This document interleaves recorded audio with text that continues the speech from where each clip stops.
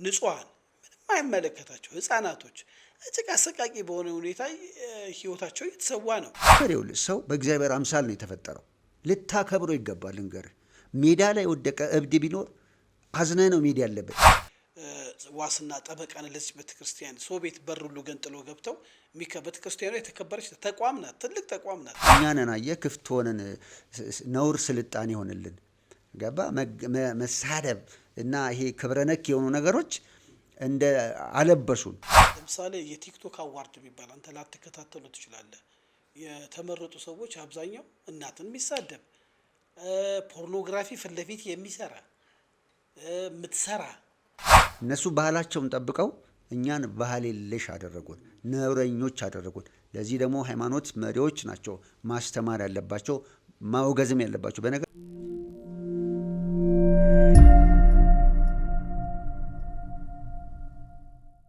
ውድ የዳሽን ቤተሰቦች ሰላምና ፍቅርን ተመኘው። ተሾመ ሽፈራው ነው። ዳሽን እንግዲህ በአዲስ አቀራረብ ከፍ ባለ ሀሳብ ወደ እናንተ የመጣች ዩቲዩብ ቻናል ናት። ዳሽን ቲዩብ ቤተሰብ እንድትሆኑ በዚህ አጋጣሚ እየጋበዝን ዳሽን ቲዩብን ሰብስክራይብ፣ ላይክ፣ ሼር፣ ኮሜንት በማድረግ ከኛ ጋር እንድትቀጥሉ በዚህ አጋጣሚ እንጋብዛለን። ዳሽን ቲዩብ እንግዲህ ገና ድክ ድክ የምትል ቻናል እንደመሆኗ የእናንተ ገዛ የእናንተ ድጋፍ ያስፈልጋታል። በሀገር ጉዳይ፣ በፖለቲካ፣ በሰላም በጠቅላላ በቤተ እምነቶች ጉዳይ ላይ በዚህ አይነት መልኩ ወደ እናንተ ቀርበናል። ይህን ፕሮግራም ሰብስክራይብ፣ ላይክ፣ ሼር አድርጉ። ሻሎም። እንግዲህ ዛሬ ለውይይት የጋበዝነው ሀሳብ በየቤተ እምነት ውስጥ ሆነው የቤተ እምነቱን ጥላ ይዘው የራሳቸውን የግል ሀሳብ በማንሰራፋት በማህበረሰብ መሀል ከፍተኛ ችግር እየፈጠሩ ያሉ ሰባኪያን ነን በሚሉ ግለሰቦች ውይይት እናደርጋለን። ለዚህ ጉዳይ ደግሞ ዛሬ ስቱዲዮአችን የጋበዝነው የዳሽን ቤተሰብ መስራች የሆነው ወንድማችን ኤርሚያስ መቆያ ነው። ኤርሚ ዛሬ እንግዲህ አንድ ሀገራዊ በሆነ ጉዳይ ላይ ለምን አንወያይም? በየዩቲዩብ ቻናሉ በየምኑም ለውይይት ይቀርባል። አንዳንድ ስብሰባዎችም አብረን ተሰብስበናል። በዚህ በተለይ የአዲስ አበባ ሃይማኖት ተቋማት ጉባኤ ከጸጥታ ዘርፉ ጋር በመሆን በተለያየ ሚዲያ ላይ የሚሰሩ ባለሙያዎችን ጠርቶ በተለይ በዚህ በቤተ እምነት ውስጥ ያሉ በስብከት ስም የሚሰሩ ማህበረሰብ ውስጥ ስለፈጠሩ ችግሮች ነፃ ውይይት ተደርጎ ነበር እና ያው ከመድረኩም የተላለፉ መልእክቶች አሉ፣ አዌርነስ ነበረ። በተጨማሪም ደግሞ ከማህበረሰቡ ወይንም ከመጡ ባለሙያዎች ጠንከር ያለ ጥያቄዎች ሰምተናልና የዚህ ሁሉ ግን ዋናው መሰረቱ በየቤተ እምነት ውስጥ ያሉ እንግዲህ እንደ የቤተ እምነቱ ነው የምናወራው። ለምሳሌ በክርስትና ዘውግ ውስጥ ያሉ መገለጫቸው መጽሐፍ ቅዱስ ደግሞ የፍቅር ነው። ወንድም ቢራባ ብለው ጠላት ቢራባ ብለው የሚል ወንጌል የያዘ ወንድሙን የሚጠላ ነፍሰ ገዳይ ነው የሚል ወንጌል የያዘ ግን ጥላቻ፣ የሃይማኖት የዘር የሚሰብኩ በጣም ተበራክተዋል። እነሱ ደግሞ በሶሻል ሚዲያ እንደ አንበሳና እንደ ዋና ለእምነት እንደቆሙ ጠበቃ ተደርጎ ይታያሉና ይህንን ታዘበ ከሆነ እንዴት ታየዋለህ? እንግዲህ ተሼ እንዳልከው ይሄ የማህበራዊ ጉዳዩ ደግሞ የመገናኛ ብዙሃን ነገር በጣም አሳሳቢ የሆነ የመጣው በሀገራችን ብቻ አይደለም፣ በዓለም አቀፍ ደረጃ ነው። በዚህ በመገናኛ ብዙሃን ላይ የሚደረጉ ነገሮች እምልህ በትልልቁ በፈጣሪ ሀገር በሚባሉት ሀገሮች ጭምር በጣም ክፉዎች፣ በጣም ጨካኞች የብዙ ሰው ህይወትን፣ የብዙ ህፃናቶችን ህይወት፣ የብዙ ቤተሰቦችን ትዳር፣ የብዙ ሰዎችን ንብረት እና የሰው ልጅን ምልህ በጣም በክፉ መንገድ ሰይጣናዊ በሆነ መንገድ እየተጠቀሙ ብዙ ችግር ያደረሱበት ነገር ነው። በሌላ መልኩ ደግሞ በጣም ደግሞ ምልህ ጠቃሚ የሆነ ከስራ አንጻር ከማንቃት አንጻር ብዙ ነገር እየተሰራበት እንደሆነ ይሄ ለማንም ግልጽ ነው። እንግዲህ ሚዲያ የሚባለው ነገር ራሱ ድልድይ ማለት ነው። እንደዛ ይላሉ በግሪክኛው ቋንቋው ድልድይ በሆኑ በሰዎች መካከል ሀሳብን፣ ዜናን ወይም ደግሞ የተለያየ የግል አመለካከትን ወደ ሰዎች ማስተላለፊያ መንገድ ነው። ስለዚህ ሰው ክፉም ነገር ያስተላልፋል፣ ጥሩም ነገር ያስተላልፋል ማለት ነው እና እንግዲህ ክፉ የሚተላለፉ ነገሮች ናቸው። አሁን ወደ ሀገራችንም ስንመጣ እንግዲህ ቤተሰብ ለቤተሰብ፣ ጓደኛ ለጓደኛ፣ መንግስትን ከህዝብ፣ ህዝብን ከህዝብ የሚለያይና ምልህ ክፉን ነገር በማስተላለፍ በጣም ተጽዕኖ እየፈጠረ ያለ ነገር ነው። ይሄ ነገር ለምን ሆነ ከተባለ አንድም እንግዲህ ዓለም አቀፍ እድገቱ ነው፣ እድሉ ነው። የሚዲያ እድል ዛሬ በእያንዳንዱ ሰው እጅ ትልቅ ተቋም መሆን ይችላል። ከትልቅ ተቋም አልፎ ደግሞ በግለሰብ በአንድ ግለሰብ እጅም በሞባይሉ ላይ የመሰለውን ነገር ያስተላልፍበታል። ይሄ ለማንም ግልጽ ነገር ነው። ታዲያ ይሄ ነገር ምንድን ነው ምልህ ብለን ወደ ራሳችን እንደ ኢትዮጵያዊ ካሰብን ምናልባት እኔ መጀመሪያ መነሳችን ሊሆን ይገባል ብዬ የማስበው ፍቅር ነው። ሰላም የሚባለው ነገር ለሁሉም ሰው የማይጠቅም ሰላም የማይመለከተው ሰላም የማያስፈልገው ሰው፣ ሰላም የማያስፈልገው እንስሳት፣ ሰላም የማያስፈልገው እጽዋት የለም። ሰላም ለሁሉም ነው የሚያስፈልገው። ታዲያ ይህንን ሰላም በክፉ መንገድ ሰላምን የሚያደፈርስ ይህንን ሶሻል ሚዲያና መገናኛ ብዙሃን በተመለከተ እንግዲህ በተለይ እንደዚህ መጥፎ በሆነ መንገድ የሚሄዱትን እንደው በተሻለ መንገድ እንዲመለሱ የመምከርና አንዳንድ ስራዎችን ለመስራት እንዳሰቡ እንግዲህ ትላንትናም እየሰበሰቡን የሃይማኖት ተቋማት እና እንዲሁም ደግሞ ከመንግስት አካላት ይህን ነገር እንደው በጣም በትህትና የማሳሰብ የልመናም በለው እንደዚህ አይነት ነገሮች ነበሩና እኔ ምን አየህ ብለህ ካልከኝ እንደ ሃይማኖት ተቋም ከተመለከትን እዛ ቦታ የእስልምና፣ የካቶሊክ፣ የወንጌል አማኞች በሚዲያ ላይ የሚሰሩ ሰዎች ነው የተገኘ ነው። ስለዚህ እኛ እዛ የተገኘን ሁላችን በግልጽ ከበስተጀርባችን አንድ መንግስት አለ። ያ መንግስት የእግዚአብሔር መንግስት ነው ወይም የፈጣሪ መንግስት ነው። የፖለቲካ ድርጅት አይደለም ወይም የግል ድርጅት አይደለም። ሁሉም እግዚአብሔርን ወክሎ ወይም ደግሞ በእግዚአብሔር መንግስት ውስጥ መልእክት አስተላልፋለሁ ለሰዎች የእግዚአብሔርን ሀሳብ እነግራለሁ የሚል ነው እንግዲህ አንዱ ዋና ግብና ሀሳቡ ብለን ካለን እና እዚህ ውስጥ ታዲያ ለምንድን ነው ታዲያ መንፈሳዊ ነን የምንል ሰዎች በየሚዲያ እየወጣን ክፉ ነገር የምንዘራው ከተባለ አንድም የሚመስለኝ እንግዲህ እግዚአብሔር በእንደዚህ አይነት መንገድ የሚናገርለት ሰው አይፈልግም። እግዚአብሔር የሚሟገትለት የሚከራከርለት ክርስቶስ ለእኛ ጠበቃ ይሆናል እንጂ እግዚአብሔር ለእኛ ጠበቃ ማለት ለእግዚአብሔር ጠበቃ አንሆንም። ይሄ ለእግዚአብሔር በጣም የቀና ለእግዚአብሔር በጣም የቆመ እና ምናልባት እንደው ችን አማርኛ ከተጠቀምኩ እንዲሁ ዝም ብለህ ስታየው ምናልባት ግብዝነትም ጭምር ይመስለኛል። እኔ በጣም ትክክል ነኝ ብዬ ሌላውን ትክክል እንዳልሆነ ቆጥሬ በጣም በዚህ ነገር የሚሄድ ከሆነ ወደ ራሴ ማየት አልችልም ማለት ነው። ሁለተኛ ነገር ደግሞ የግል ኢጎዬን ነው ማስተላልፈው፣ የግል በቃ ስሜቴን ነው ማስተላልፈው እና ይህም በተመለከተ ብዙ ስራ መሰራት አለበት የሚል ነገር ነው የተነሳው። እኔም በእውነት በዚህ ሀሳብ በጣም እስማማለሁ። በጣም ትልቅ ኃላፊነት ስለሆነ መጠንቀቅ አለብን ብዬ ይህን ነገር ለመናገር እወዳለሁ። አመሰግናለሁ። እንግዲህ ለዚህ መነሻ የሆነን በሶሻል ሚዲያ ላይ እንግዲህ ሌላ ዓለም ሶሻል ሚዲያ ለቴክኖሎጂ ለመማሪያ ለተለያየ ነገር ይደረጋል። እኛ ሀገር ግን አብዛኛው ፐርሰንት ካየው የሚተላለፍበት አመጽ፣ ጥላቻ፣ የፖለቲካም ተንታኝም ከሆነ ይሄ ምንድነው መከፋፈል የሚሰብኩ ናቸው። በጣም ፍሎር ያላቸው እውነት ነው። እናትን፣ አገርን፣ ግለሰብን ማንንም የሚሳደብ እንደ ጎበዝ እና እንደ ጀግና በሚታይበት መቼም ያልተዘራ አይበቅልም። ያ በሚያሳዝን ሁኔታ ቤተ እምነት ውስጥ ገብቶ ሰባኪንን የሚሉ ሰዎች ይናገራሉ እንደየቤተ እምነቱ። ለምሳሌ በቅርቡ ዲያቆን ወይም መምህር በጋሻው ሻሸመኔ ላይ የኔ ካሴት የተቃጠለው መጀመሪያ እዛ ነው። የስብከትና የመዝሙር መሰለኝ ቆይቷል። ግን አሁን ሻሸመኔ ላይ የተፈጠረው ነገር ጊዜ ፈጥሮ እግዚአብሔር እንደፈረዳ ያለት እንድምታ ያለው ስብከት ተቆራርጦ ይሁን ቀጥታ ይሁን የእሱ ማብራሪያ እንፈልጋለን። በዚህ አጋጣሚ መጥቶ ወዳጄ ነው ሀሳብ ቢሰጥበት ደስ ይለኛል። ዲያቆን ትዝታው የሚባለው ደግሞ ማርያም ተቀነሰች ከካቶሊክ ቤተክርስቲያን የሚል ትንሽ ሌላውን ሰው ይሄ የማይመጥን ከዚህ በፊትም ደግሞ ካየው ብዙ የወንጌል ስራ ይሰራል። ይሁንና ግን በማህበረሰብ መሀል ጭቅጭቅን የግለሰብ የተባረሩበት ከዛ ከኦርቶዶክስ ቤተክርስቲያን ሲወጡ የሆኑባቸው ነገሮች በወንጌላውያን ጫካ ውስጥ ሆነው የብሽሽቅ አዲስ የሃይማኖት ክርክር አምጥቷል። ያለብን የፖለቲካ ችግር ያለን የኢኮኖሚ ችግር ይሄ ሁሉ ያለብን አሁን ደግሞ የሃይማኖት ለማምጣት የሚደረግ ከፍተኛ ጥረት አለ። በኢትዮጵያ ኦርቶዶክስ ተዋሕዶ ቤተክርስቲያን ደግሞ በመንበር ላይ ሳይቀር እኔ አንዳንድ የት ቦታ እንደሆነ አጣቀው በጣም የሚዘገንን አንዱ ላይ እንዲነሳ አንዱ በዳይ አንዱ ተበዳይ ባለ ጊዜ የሚል ቃል የሚጠቀሙ ሰባኪዎች እናያለን። በየመንገዱ ደግሞ የሚደረገውን የወንጌል ስብከት ላይ ዱላ ቀረሽ ይቅርታ ግብግቦችንም እናያለን። እና እነዚህም እንደ አንድ ዜጋ ስትታዘበው አደብ መያዝ የለበትም ወይ ስርዓት መያዝ የለበት። ሰው ወደ ቤተክርስቲያን የሚሄደው ሊታነጽ ፈጣሪው ሊፈልግ ንስሐ ሊገባ ነው። አሁን እኮ በቃ ወደ ቤተክርስቲያን የምትሄደው አንዳንዴ እንግዲህ እንደየቤተ እምነቱ ነው። ጠለቅ እያለን ስንገባ የማይደረግ ነገር ይስተላለፍ እናያለን። እና እንደው ጠቅለል አድርገህ እነዚህን ጉዳዮችን ስታይ ምን ይሰማል? እንደ አንድ አገልጋይ ወይ እንደ አንድ ኢትዮጵያዊ ልበል።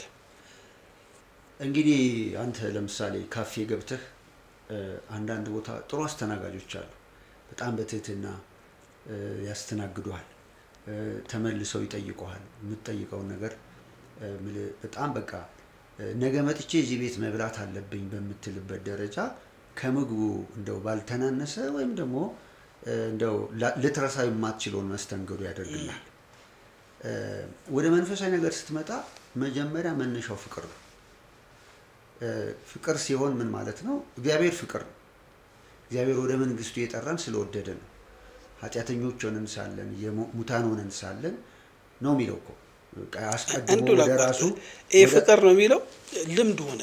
ይሄ ስብከት ማጣፈጫ ላይ ፍቅር ነው የሚል ሰው ከኋላ ጦር ይዞ ነው። እንዴት ነው አይከብድም? ፍቅር እኮ የራሱ ነው አይፈልግም። ትዕቢተኛ አይደለ፣ ትሁት ነው መገለጫው።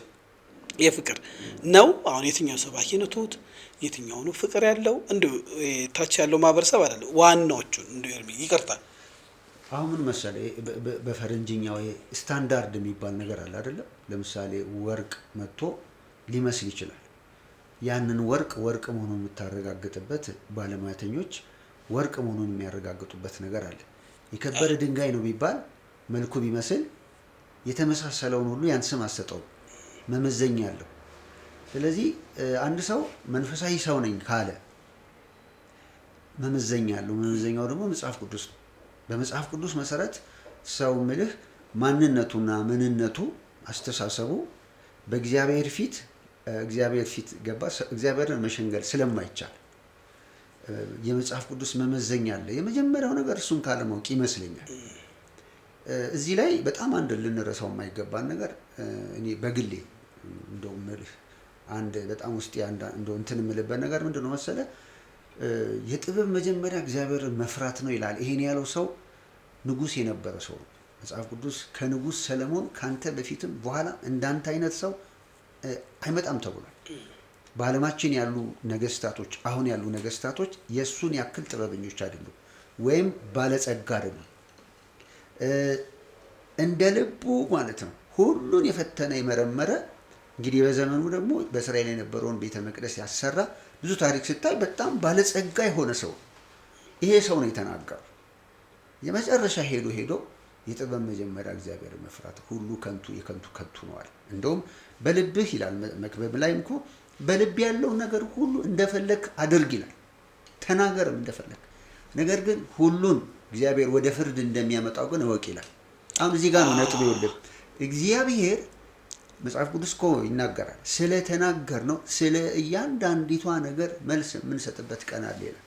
አየህ፣ እያንዳንዱ ሰው የራሱን ህይወት ሂሳብ የሚያወራርድበት በሰራው ስራ ልክ በእግዚአብሔር ፊት የሚጠየቅበት ቀን አለ። ይህን አለማመን፣ ይህንን ማቃለል፣ ይህንን መካድ ይቻላል።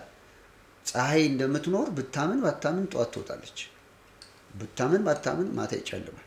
ከኛ እምነት ጋር የተገናኘ አይደለም። ስለዚህ ሰው ሁሉ ይሄንን ቢያስብ ይሄንን ቢረዳ ጥሩ ነበር። እንግዲህ ይሄንን አለማወቃችን ነው በምንናገረው ነገር አይሰበክም። ማየርሚ አሁን ለምሳሌ በወንጌላውያን ቤተክርስቲያን ውስጥ አብዛኛው ስብከት የብልጽግና ወንጌል የሚባል አለ። መቼም ትሰማዋለህ፣ ታገኛለህ፣ ትጥሳለህ፣ ትሄዳለህ። ሰው ደግሞ የኢኮኖሚ ችግር ስላለበት እኔንም ጨምሮ ለመጣስ ነው ሁላችንም የምናስበው እንጂ ተሼ ምን መሰለህ፣ ይሄ ነገር በጣም ሰፊ ነው። በሌላ ጊዜ በሌላ ርዕስ እንመጣበት እንችላለን። ስለ ጥበብ አይሰበክም ብዬ ነው። እግዚአብሔርን ስለ መፍራት አይሰበክም። ወልድ ስብከት ነው የሚሉት። እግዚአብሔርን መፍራት ብትለው አሁን በየመድረኩ ላይ የሚዘል ዘማሪ ይሰማል። እንደ እውነት ነፃ ውይይት ስለሆነ ነው እንግዲህ አንተ ጠንቀቅ ብለህ የምታወራ ሰው እንደሆን ካውቃለሁ፣ ግን እንደ እውነታውን ብዬ ነው ስለ ምንድነው አሁን እንግዲህ ያው እግዚአብሔርን መፍራት የሚለው ነገር ካለ በመጀመሪያ ስለምናደርገው ስለምንሰራው ነገር ለምንድን ነው ሰው ማታትን በርክኮ ወይም ደግሞ በማንኛውም ሰዓት እግዚአብሔር በድያለሁ ይቅር በለኝ የሚለው? ጠያቂ እንዳለ ስለሚያምን እኮ ነው አይደል? ፈራጅ እንዳለ ስለሚያምን ነው። ነገር ግን አንዳንድ ጊዜ ደግሞ እንደ ፐርሰናሊቲ ወይም ደግሞ እንደ ባህሪ እንይዛለን አንዳንድ ነገሮችን። አሁን ወደ አነሳነው ነገር ከሄደን ሚዲያን በተመለከተ ወደ ሌላ ሀሳብ ገባ ምሳሌ ሚዲያን በተመለከተ ስንመጣ የመጀመሪያ ነገር እንደነዚህ የሚናገሩ ሰዎች አሁን እንዳልከው በጋሻውም እንዳልከው ወይም ደግሞ ብዙ ስም ቀድሞ ያነሳው ማን ነው ትዝታው ገባ ወደ እግዚአብሔር መንግስት የገባቸውን ያህል ደግሞ የመጡበትን መንገድ ይሄንን እንደ አንድ የወንጌል አማኝ በጣም ነው ደስ የሚለኝ። ነገር ግን አየህ እዚህ ጋር ከመጡ በኋላ ወደ ኋላ መለስ ብለው እነሱ እንዴት እንደመጡ እግዚአብሔር እንዴት ወደዚህ እውነት እንዳመጣቸው አሁን በጣም ከትልቅ ይቅርታ ጋር ነው የሃይማኖት እንትን መፍጠሪያ አይደለም፣ ግን እንደ ወንጌል አማኝ ገብቶናል፣ እዚህ ላይ ተገልጦልናል፣ የበለጠ ተረድተናል ያሉትን ነገር በአእምሮ ወይም ደግሞ በማናቸውም የሰው መስፈርት አይደለም ይሄ ነገር ያወቁት። ትዝታው የሚባለው ወንድማችን በሚሊኒየም ሲናገር እንግዲህ እንደሰማሁት በእንትኑን አይቻለሁ ቪዲዮ በጣም ተንበርክኮ እምልህ ክርስቶስ ኢየሱስ ራሱ ተገልጦ ነው ያዳነኝ የተናገረኝ ብሎ የተናገረው ነገር አለ። ስለዚህ የዚህን ያህል ጠንካራ ነበር ማለት ነው። እሱ የዚህን ያህል ሊቀበል የማይችል ሰው ነው ማለት ነው። የዚህን ያህል ሊገባው የማይችል ሰው ነበር። አየህ ጳውሎስ እኮ ሳኦል እያለ አሳዳጅ ነበር። ወረቀት ይዞ ሲያሳድድ የነበረ ሰው ክርስቶስ የተገለጠለት በቃ በዛ ልክ የሆነ ቆሮንቶስ ምናምን ጴጥሮስ ብለህ የመጽሐፍ ቅዱስን ጥቅስ ጠቅሰህ ጳውሎስን አታድነው። አዎ በእርግጥ እሱ ነው የጻፈው፣ ነገር ግን በቃ በድርድር የማታመጣው ሰው ነው ማለት ነው። ስለዚህ የመጣህበትን መንገድ አይተህ ሀምብል ነው መሆን ያለብህ፣ ትሁት ነው መሆን ያለብህ። ጳውሎስ እኮ በጣም ብዙ ቦታ ይናገራል ስለ ወገኖቼ ይላል፣ ስለ አይሁዳውያን በእውቀት አይቅኑ እንጂ ለእግዚአብሔር ግን ቅናት እንዳላቸው መሰክርላቸዋለሁ። ብዙ ቦታ አይተህ ከሆነ በቃ የአሕዛብ ሐዋርያ አይደለም እሱ። ማነው የአይሁዶች የእስራኤላውያን አገልጋይ አይደለም እሱ፣ የአሕዛብ ነው። ነገር ግን ለወገኖቹ ትልቅ ሸክም ነበረው። እንኳን አይደለም ለነሱ ለሚያገለግለው ሰው እኮ ይሄ የተረዳሁት ነገር እንዲገባችሁ መገለጥን እለምናለሁ፣ መረዳትን እጠይቃለሁ ይላል። እንኳንስ አንተ በሌላ መንገድ ውስጥ ነው ያለውን ሰው ማለት ነው። ስለዚህ እነዚህ ሰዎች የመጡበትን ቤተክርስቲያን የመጡበትን ሕዝብ መጀመሪያ ሊያከብሩት አያከብሩትም እያልኩ አይደለም። በትህትና እነሱ ያለዚያ ከነሱ በላይ ማን ይራራላቸው ይችላል? ማን ነው ለነሱ ሊያዝን የሚገባው? ከየት ነው ያወጣቸው? ሁለተኛ ምናልባት ከነሱ በተሻለ ምን አለ መሰለህ ላቋርጥህና ወደ ስብከት እየሄድክብኝ ነው። ይሄ ነፃ ውይይት ስለሆነ ሃይማኖታዊ መድረክ አይደለም። ወደ ገደለው የሚባል ነገር አለ። ለምሳሌ ዲያቆን በጋሻውን አንድ የጻፈ ጻፊ አለ። እንዴት የእሱ ነፍስ ከአንድ ሲዲ ጋር ይወዳደራል? እውነት እዛች ቤተክርስቲያን ነበረ፣ በእርግጥ በዛች ቤተክርስቲያን አድጓል፣ ያችን ትምህርት ተምሯል ወይ የሚሉ ሰዎች አሉ። አሁን ቅድም ደግሞ እንዳልከው ዲያቆን ትዝታውም ካየው ብሽሽቅ ነው፣ ግን ለእሱ ወንጌል ሰብካ ነው። ብዙ ሰው አዌርነስ የሚፈጥረው ነገር እኮ አለ፣ ግን ይሄ የብሽሽቁ በዛ እና እግዚአብሔር እንደው በዚህ በብሽሽቅ ይሰበካል። በፍቅር ነው አይደል አልኩ። ቅድም እኮ ያነሳው ለዛ መጀመሪያ ፍቅር ነው። ፍቅር ውስጥ ብሽሽቅ አይኖርም። ሁለተኛ ነገር አንተ እንደ አንድ አስተናጋጅ ለከስተመሩ ለደንበኛው በትህትና እጁን ወደ ኋላ አድርጎ ምግብ ይዞ ሊመጣው ካንተ እኮ አንሱ አይደለም፣ ሙያው ነው። እሱን አምነህ እንደተቀመጥክ ያውቃል። ወደ ሆድህ የሚገባውን ነገር ከእሱ እጅ ልትቀበል እንደመጣ ያውቃል። አምነህበታል ማለት ነው። ስለዚህ ሲያስተናግድህ በጣም በቃ ኃላፊነት ተሰምቶት ነው ለአንተ በጣም ትሁት የሚሆነው የሚመላለሰው የሚጠይቅህ እንግዲህ እንደ መረዳቱ መጠን ማለት ነው። አንድ መንፈሳዊ ሰው ያመነበትን ነገር ወደ ሰዎች ሲያመጣ በሸክም ነው መሆን ያለበት፣ በፍቅር ነው መሆን ያለበት፣ በትህትና ነው መሆን ያለበት። ወንጌል ደግሞ 12ቱም ሐዋርያት ጌታ ኢየሱስን ጨምሮ ብዙ ሰማዕታቶች ወንጌልን ነግረውልን ሲመለሱ ተሰውተዋል። አየህ ወንጌል ምላሹ እስከ ሞት ድረስ ነው፣ ዋጋም ያስከፈል ነው። አሁን እኮ እያሰቡ ነው እንጂ አሁን ቅድም እንዳልከው ሲዲ ስለጠፋበት በሚቀሰቅሱት ችግር ንጹሐን ምንም አይመለከታቸው ህፃናቶች እጅግ አሰቃቂ በሆነ ሁኔታ ህይወታቸው እየተሰዋ ነው። እነዚህ ሰዎች ለመወንጀል አይደለም፣ አሁን የጠራናቸው ብቻ አይደለም። ራሱ በኢትዮጵያ ኦርቶዶክስ ቤተክርስቲያን ውስጥ ያሉ የሃይማኖት ሰባኪንን የሚሉ ማለት ነው። አንዳንዶቹ ደግሞ ጎረምሶች አሉ። የቤተ ክርስቲያን ጎረምሶች ዋስና ጠበቃን ለዚህ ቤተ ክርስቲያን ሰው ቤት በር ሁሉ ገንጥሎ ገብተው ቤተ ክርስቲያኗ የተከበረች ተቋም ናት፣ ትልቅ ተቋም ናት። የራሷ ክፍል አላት። ኢቨን ቤተ ክርስቲያኗ አክቲቭ ሆና እንኳን እንዳትሰራ ጫና ሁሉ ለመፍጠር የሚያስቡ ግለሰቦች አሉ። እና እነዚህን እንደየቤተ እምነቱ አደም ማስያዝ ቤተ እምነቶቹ ይጀምራል። ከዛ ደግሞ መንግስትም ነው የሚሉ ሰዎች አሉ። አደም መያዝ አለባችሁ ብላ አታስብም? የንጹሃን ደም እያስከፈለ ነው፣ ዋጋ እያስከፈለ። አዎ እዚህ ላይ እንግዲህ ምልህ ወደ መፍትሄው ከመጣን መጀመሪያው መፍትሄ ኃላፊነት ያለባቸው የሃይማኖት መሪዎች ናቸው፣ አባቶች ናቸው። ምክንያቱም መጽሐፍ ቅዱስ ላይ እንግዲህ በቁርአንም ያለውን ነገር እንግዲህ አንድ አማኝ ሊናገር ይችላል። ከበስተጀርባ እግዚአብሔር ከሆነ ያለው መጽሐፍ ቅዱስ ምልህ ሰውን በማበሳጨት ሰውን በማስገደድ ሰውን ክብሩን በመንሳት ወዘተርፈ አይነት መንገድ ወንጌል አይሰበክም። ይሄ የእግዚአብሔር ሐሳብም አይደለም፣ መጽሐፍ ቅዱሳዊም አይደለም። ሁለት ሰው ፈቃድ አለው። ፈቃዱን የፈጠረው ራሱ እግዚአብሔር ነው። በነገራችን ላይ ከእግዚአብሔር ጋር ነው የምትጋጨው። ሲጀመር ይኸውልህ ሰው በእግዚአብሔር አምሳል ነው የተፈጠረው።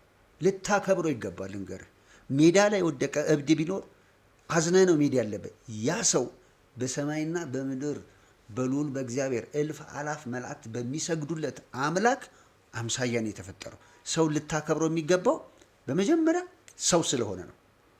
እመነኝ፣ ሰውን በእጅ በገባ ጊዜ እድል ባገኘ ጊዜ እንዳልከው ልታበሳጨው፣ ልትገድለው በአሰቃቂ ሁኔታ አሁን እንሰማለን አለም በቅርብ ቀን በደቡብ ሱዳን የሚሆን በሰው ላይ የፈለግከውን ነገር ልታደርግ ትችላለህ። ራሱን እግዚአብሔርን ነው ያሰቃየው። ራሱን ይኸውልህ እግዚአብሔርን ነው እንደዛ ያደረገው። በአምሳሉ የተፈጠረውን ነው። ደግሞም ከዘላለም ፍርድ ሊያድነው ወደ ስብከት እንዳታስገባኝ። እግዚአብሔር እኮ ፕሮግራም እንደተበላሸበት ይኸውልህ ሰውን የፈጠረው እግዚአብሔር እኮ ለክብር ነው። ያ በፈጠረው ነገር ላይ ሰይጣን የእግዚአብሔርን እቅድና ዓላማ ባበላሸው መስመር ላይ መሄድ የበቀል ጊዜ አለ፣ የፍርድ ጊዜ አለ። ልንገርህ እንደው እንደዚህ ስለዚህ አንዲት ስትል በዘር በቋንቋ በሃይማኖት ተቧድኖ ክቡሩን የሆነ ሰው ኢትዮጵያ ውስጥ እንግዲህ ተዘግዝቆ ሰው ተቃጥሏል፣ በሳት ተቃጥሏል።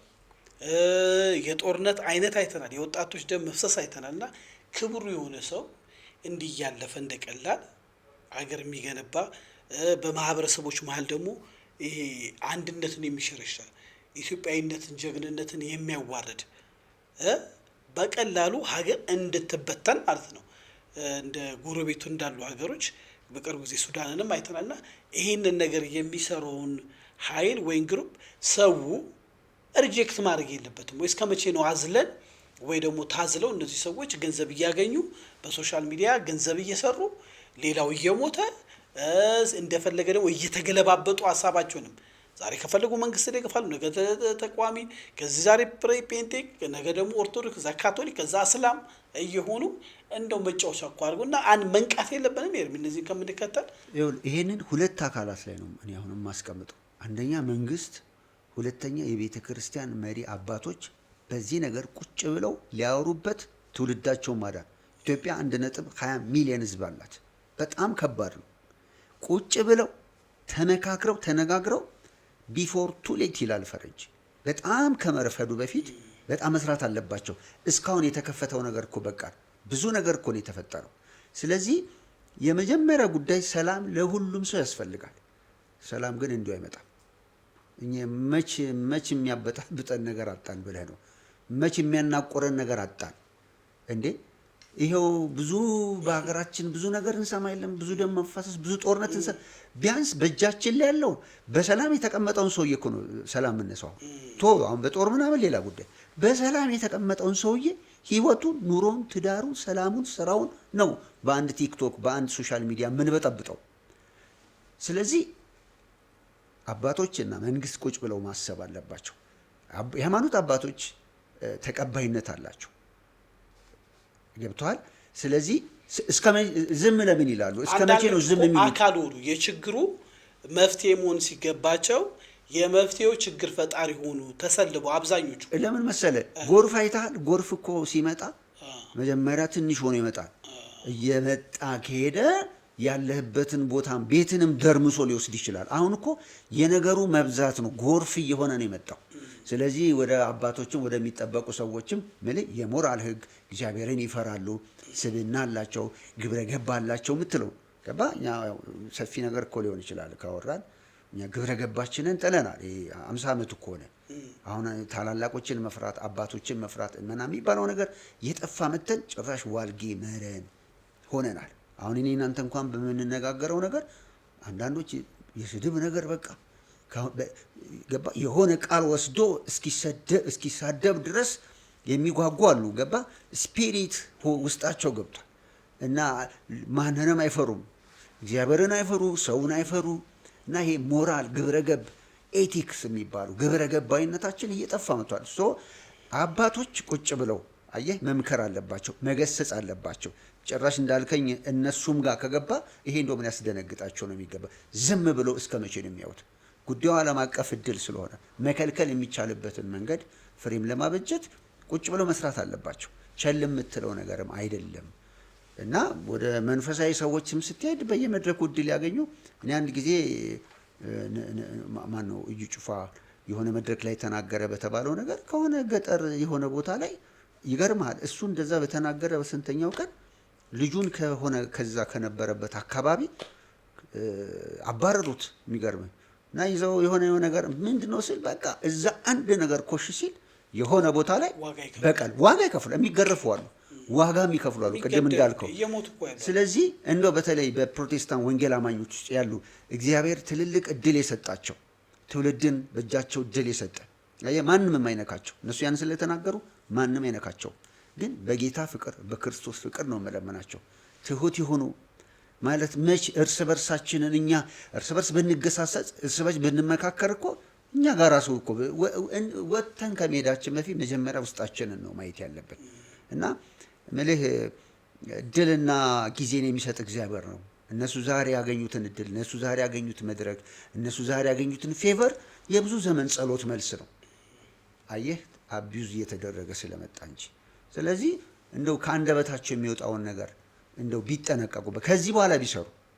ለምሳሌ ዘር ክፉ ነው። ይሄ ዘር መቼ እንደሚበቅል መቼ እንደሚያድግ መቼ እንደሚታጨድ አናውቀውም። ስለዚህ እንደው የመመለስ ልብ ቢሰጣቸውና ይህንን በኃላፊነት ቢወጡ ይህንን እንግዲህ አመሰግናለሁ። እንደ መጨረሻ የምናደርገው ማህበረሰቡ ለምን እንደ መንጋ ይከተላል? ማሰላሰል የለበትም? አሁን ለምሳሌ የቲክቶክ አዋርድ የሚባል አንተ ላትከታተሉ ትችላለህ። የተመረጡ ሰዎች አብዛኛው እናትን የሚሳደብ ፖርኖግራፊ ፊት ለፊት የሚሰራ የምትሰራ ከፍጹም በስብዕና እኔ አሁን እነዚህ ልጆቹ እንደ ብዙ ብር ስለሚያገኙ በጣም ፎሎወር አላቸው፣ በሚሊዮን ተከታይ ያላቸው። የሚገርም አንዳንድ ካምፓኒዎች በጣም ብዙ ብርም እየከፈሏቸው ይሰራሉ። ግን ምንድን ነው ስራቸው ብለህ ስታይ በጣም ያሳዝናል። እና ማህበረሰቡ ውስጥ የሚከተለው ማወቅ የለ። አሁን እንዲህ ስትል አንተ ተከታይ ስላጣ ነው የሚልህ እኮ ማለት ነገር አለ። እና ማህበረሰቡ ውስጥ በዚህ ጉዳይ ላይ አይመጥንንም፣ ይሄ እምነታችን የማይፈቅድ ነው፣ ይሄ ኢትዮጵያዊነትን የማይፈቅድ ነው ብሎ ወደ መንቃት የለበትም ወይ? መሄድ የለበትም ወይ? እነዚህ ሀገር የሚሳደቡ እነዚህ በአደባባይ ለሚመጣው ትውልድ ምንም ኮንትሪቢዩት የማያደርጉ የባለጌ ጠርቅም ፖለቲከኞችም ሁሌ ኦሮሞ፣ አማራ፣ ትግሬ ከሚል የዚች ሀገር በእነሱ ብቻ የተሰራች የሚመስላቸው እንዲሁ ገደብ መይዘ የለበትም። ማህበረሰቡም እነዚህን አላይም ቢል ምን አማራጭ አላቸው? እንግዲህ ይሄ ነገር ምናልባት ጥናት ይፈልግ ይሆናል፣ በደንብ እንደው መመርመር ሊፈልግ ይችላል። ግን እንደው በጣም ትንሽ ነገር መናገር ከቻልኩ ቲክቶክ ያው ከቻይና ነው። እንግዲህ አንድ ቻይናዊ ነው ባለቤቱ። ቻይና ምን አይነት ሀገር ነች? አየህ እንደው ወደ መንፈሳዊ ነገር ካመጣህብኝ ከቻይና በስተጀርባ ያለው መንፈስ ምን አይነት ነው? ሁለተኛ ነገር ደግሞ የሆነች አንድ ሀገር አለች ቻይናዎች ለ100 ዓመት የገዟት። አንድ ልጅ ቅርብ ጊዜ ሄዶ ነበር ዛሬ ዓመት አካባቢ እና ይገርማል። ለስራ ተብሎ ነው የሄደው። ግን እንዳለች ከተማ ስሟን መጥራት ስለማልፈልግ ነው። ከተማዋን እነሱ ገዝቷት ታውቃለህ። በከተማ ውስጥ የሚሰራው በዓለም አቀፍ ያለ የኔትወርክ ውንጀል ነው የሚሰራው። እንደውም ቅርብ ጊዜ ብዙ ኢትዮጵያኖች መውጣት የማይችሉ እየተገረፉ እየተሰቃዩ እና ልጁ ሲያወራ ይገርማል። ገና ዲል ማለት ስምምነት ሲያደርግ እንደ ሴት ቀሚስ ትለብሳለህ፣ እንደ ሴት ትናገራለህ። ሀክ ያደርጋሉ የታዋቂ ሰዎችን ስልክ የታዋቂ ሰዎችን እና እነዛን ሰዎች እንደ ሴት ሆኖ አክት ነው እንዲያደርግ የሚያደርጉት። እና የሚገርም ከተማ ውስጥ የመጨረሻ ወንጀል ነው የሚሰራው። ቻይና አይደለም የሚሰራው።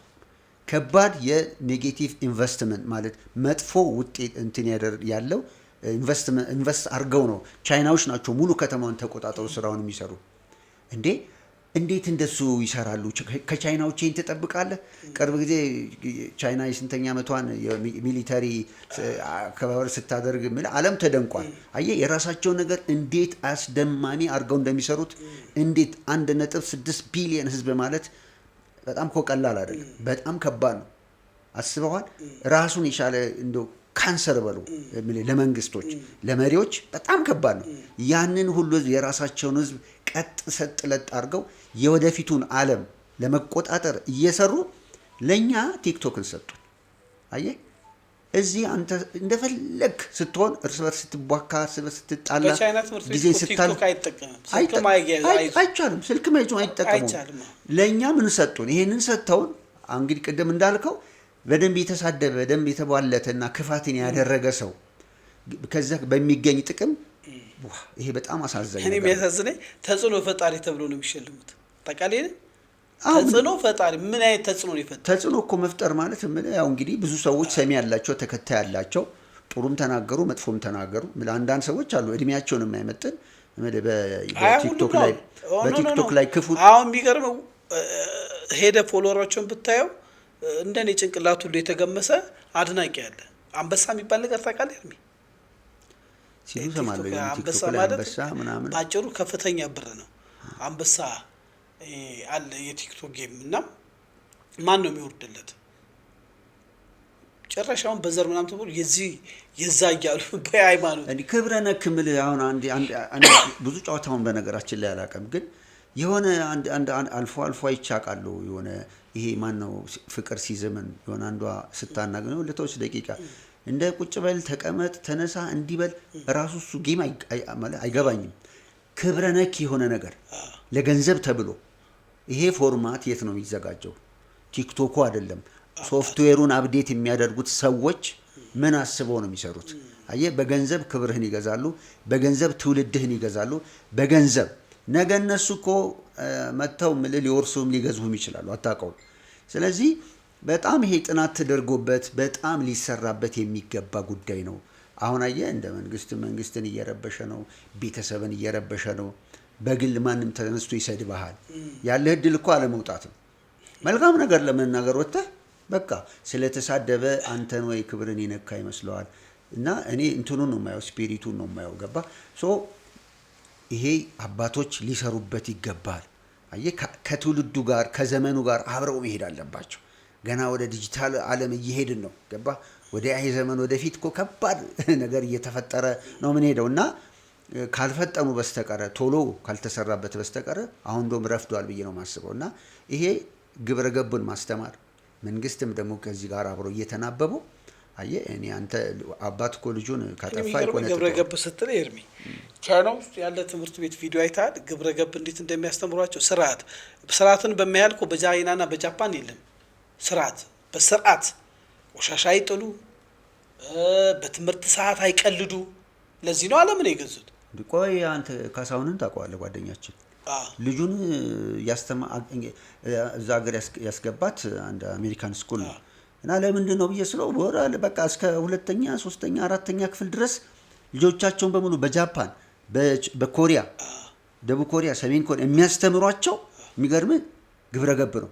እንዴት ታላላቅን ሰላም እንደምትል፣ እንዴት ሰዎችን ሰላም እንደምትል፣ እንዴት መስገድ እንዳለብህ፣ እንዴት መጎንበስ እንዳለብህ እንደዚህ ሲባል ሰምቻለሁ። ጃፓን ሀገር ባቡር 5 ደቂቃ 4 ደቂቃ 3 ደቂቃ ካረፈደ ካፒቴኑ መጥቶ ሰውን ሁሉ ይቅርታ ይላል።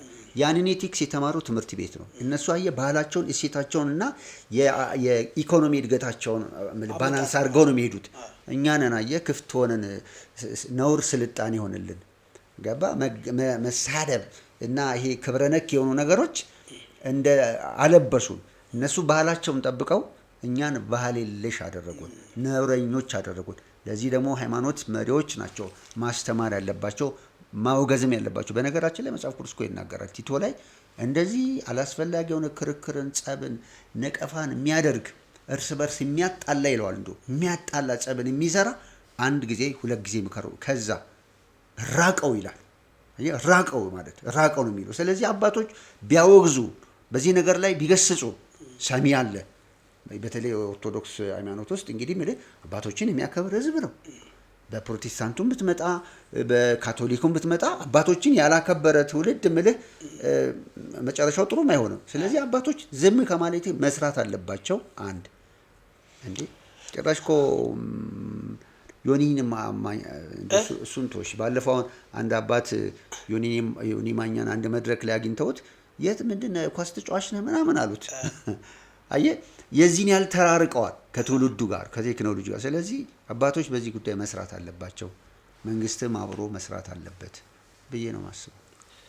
ውድ የዳሽን ቤተሰቦች እንግዲህ የዛሬው ነጻ ውይይታችን የዳሽን ቲዩብ ይሄን ይመስል ነበረ። ከኤርሚያስ ጋር ጥሩ ውይይት አደረገን። እንደዚሁ ደግሞ ማህበራዊ ጉዳይ ላይ በነጻነት ሌሎችም እየጋበዝን ሀገራዊ ጉዳዮች ላይ እንወያያለን። መጀመሪያ ዝንጀሮ እንዳለች መቀመጫዬን ብላለች። ሀገር ላይ ሰላም ይምጣ ሰላም አይመጣም።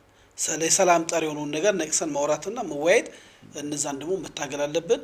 ስለዚህ እንግዲህ ወንድማችን ኤርሚያስ እንዳለን መራቅ ነው ያለብን። ከክፉ ሀሳብ በብዙ ኪሎ ሜትር መራቅ አለብን። ክፉ ሀሳብ አስተናገድን፣ ተገዳደልን፣ ተሰዳደብን፣ ተወራረድን። ይህንን የሰጡን ግን ማህበረሰቦች ምን ያህል ለትውልዳቸው እንደሚያስቡ የራሳቸውን ባህላቸውን፣ ወጋቸውን፣ ኢኮኖሚያቸውን ጠብቀው እኛ ሀገር እንኳን ያሉ ቻይኖች እንዴት በስርዓት እንደሚሰሩ ሞዴል ሆኖ እናያለን። እና ይሄ ትልቅ አስተማሪ ውይይት ነው። እዚህ ላይ እንደው አንድ ሀሳብ ብጨምርበት ይቻላል። ለምሳሌ አንተ አሁን ሽንት ቤት አካባቢ ለመዝናናት ብሎ የሚቀመጥ ሰው አለ? በተለይ ምልህ ጽዳቱ የሌለበት ወይ እንደዚህ ማለፍ ይከብዳል። እንደኔ ታስላለህ። በመጥፎ ይሄ ቦይ ውስጥ ምናምን በጣም ሽታ ያለበት ቦታ ላይ ትቀመጣለህ እንዴ? አትቀመጥም፣ ትርቃለህ። ይሄ እኮ ምልህ እነዚህ አይነት ከአፋቸው መልካም ነገር የሚያወጣ ስድብን፣ ክፋትና ክብረ ነክ የሆነ ነገር የሚያመጣ አንድ እንደ መንፈሳዊ ሰው ስለተናገሩ ተሳዳቢዎች የእግዚአብሔር መንግስት አይወርሱም ነው የሚለው። የእግዚአብሔር መንግስት የማይወርሱ ከሆነ ሲኦል ሄጆች ናቸው። ሰው ሁሉ ስለተናገረበት ነገር የሚጠይቅበት ቀን ይመጣል። እኔ ኦርቶዶክስ ነኝ፣ እኔ ፕሮቴስታንት ነኝ፣ እኔ ካቶሊክ ነኝ ብለህ የእግዚአብሔርን ቃል የምትንቅ ከሆነ እምነት የለህም፣ ሃይማኖት የለህም፣ ጠፊ ነህ። ስለዚህ እግዚአብሔር እንደሚፈርድ ማወቅ አለብህ። አንድ ሁለት ሰይጣንን እያስደሰትከው ነው። ዩሲ ሰይጣንን እያስደሰትከው ነው። ስለዚህ በዚህ አቅጣጫ ተመክሮ በትህትና እንኳን አሁን አንድ ሰው እንኳን ቢመለስከው በጣም ደስ እኮ የሚል ነገር ነው። አልሰማም ብሎ ግን የማይመለስ ከሆነ በምንድን ነው የምትርቀው? ብሎክ ማድረግ አለብህ። ኮሜንት ለምን ታደርጋለህ? እንዳልኩ የሚሸት ነገር፣ የሚቀረፋ ነገር፣ ከአፉ ነውር የሚወጣበትን ሰውዬ፣ ስድብ ቃል የሚናገረውን ሰውዬ የቆሻሻ ነገር መደፊያ ነኝ እንዴ ነው? ሰውነታችን እኮ የከበረ ነው። ገባ? መርጠን ልንሰማ መርጠን ልናይ ይገባል። ቻይና በሰራልን አፕሊኬሽን ውስጥ እስረኛ ሆኖ ከበስተጀርባው የስድብ መንፈስ አድሮበት የሚተፋውን ሰውዬ የእሱን መልካም ያልሆነ ነገር እኔ የሚደፋብኝ የቆሻሻ መድፊያ ነኝ እንዴ? እንደዛ ነው የሚሰማኝ። ስለዚህ ሰው ሁሉ መራቅ አለበት። ይህንን የሚያደርጉ መመለስ አለባቸው። ሌላው ግን መራቅ ነው ያለብን። በጣም በእውነት ትልቅ አገላለጥ ነው። በመጨረሻ ላይ ማሰሪያ ሀሳብ የሰጠን እውነት ነው። እኛ የቆሻሻ መድፊያዎች አይደለንም። የእንደሱ ልጆች በሰላም በጥሩ ትምህርት ቤት እየተማሩ በዚህ በሚያገኙት የእኛ ልጆች የሚሞቱበት፣ ወንድሞቻችን በየቦታው እንደ ዶሮ እየተጠመዘዙ የሚገደሉበት ነገር መቆም አለበት። የቤተ እምነት ዋና ኃላፊነት ይሄ ነው። የተቀመጣችሁበት ህንፃ መስራት ብቻ አይደለም፣ መባና ስርዓት ብቻ መሰብሰብ አይደለም፣ ለልደታችሁ መኪና መለዋወጥ ብቻ አይደለም፣ ገንዘብ መኒ ላውንደሪ መስራት ብቻ አይደለም። እስቲ ደግሞ ካላችሁ ቀነስ አድርጋችሁ ለትውልዱ ግንባታ ተወያዩ፣ ተነጋገሩ። የመንግስትም አካላቶች እንግዲህ ቅንና መልካም የሆናችሁ ከሴራና ከተንኮል በመውጣት ትውልዱን አድኑ እንላለን። የዳሽን ሀሳብ ነው። የዛሬ ፕሮግራማችን ይመስል ነበር። ኤርሚ ታንኪዩ፣ አመሰግናለሁ። ውድ የዳሽን ቤተሰቦቻችን የዛሬ ፕሮግራማችን ይመስላል። ይሄ እንግዲህ ነፃ ውይይት ነው። የተለያዩ እንግዶችን በመጋበዝ በሀገራዊ ሃይማኖታዊ ጠቅላላ ጉዳይ ላይ ውይይት እናደርጋለን። የዘወትር ተባባሪያችን ኤርሚያስ በጣም በተጣበበ ሰዓት ከኛ ጋር በዚህ መልክ ሀሳብ ሰጠ። እንግዲህ ዳሽን ሰብስክራይብ ካደርጋችሁ እንዲና መልካም የሆኑ ውይይቶችን ታገኛለሁ። ይህን ፕሮግራም ሰብስክራይብ፣ ላይክ፣ ሼር፣ ኮመንት አድርጉ። ሻሎም